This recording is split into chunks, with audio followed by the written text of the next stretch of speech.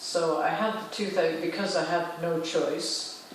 It had started with a filling that had gone wrong, that had abscessed, etc., etc. It had gone black, and because it was in the middle of my face, it was just awful, and it affected my speech, the way I looked at people, my smile, etc., etc.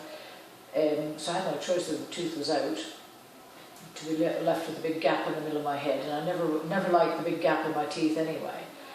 And when I had the denture put in, I found that I couldn't speak very well. I speak too fast anyway. It was frustrating that I couldn't, I was embarrassed to talk to start with it. I've never really got used to it. I've never really accepted it. And when I had the choice of the implant, I thought that was a better option. And although I am robust of mind generally, over the years I'd sort of acquired quite a nervousness of the dentist, which was inexplicable really. So you give yourself a talking to, and the big day comes and you're all excited because you actually want it out, but you're a gibbering wreck because you're thinking of what might and could, etc., etc. And the whole thing was over and done, and I honestly never felt a thing.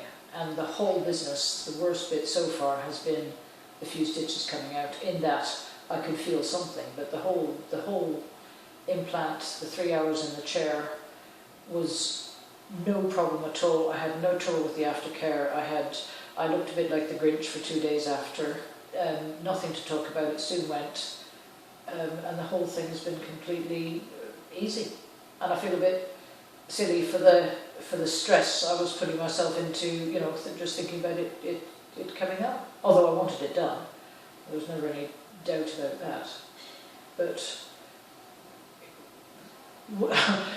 no trouble at all, what can I say? No trouble at all. So Frankie, if I was to ask you, would you have it done again? Would I take it? Oh God, yeah. Yeah, you would. And what would you say to somebody who's thinking about having it done? There's just no reason not to have it done.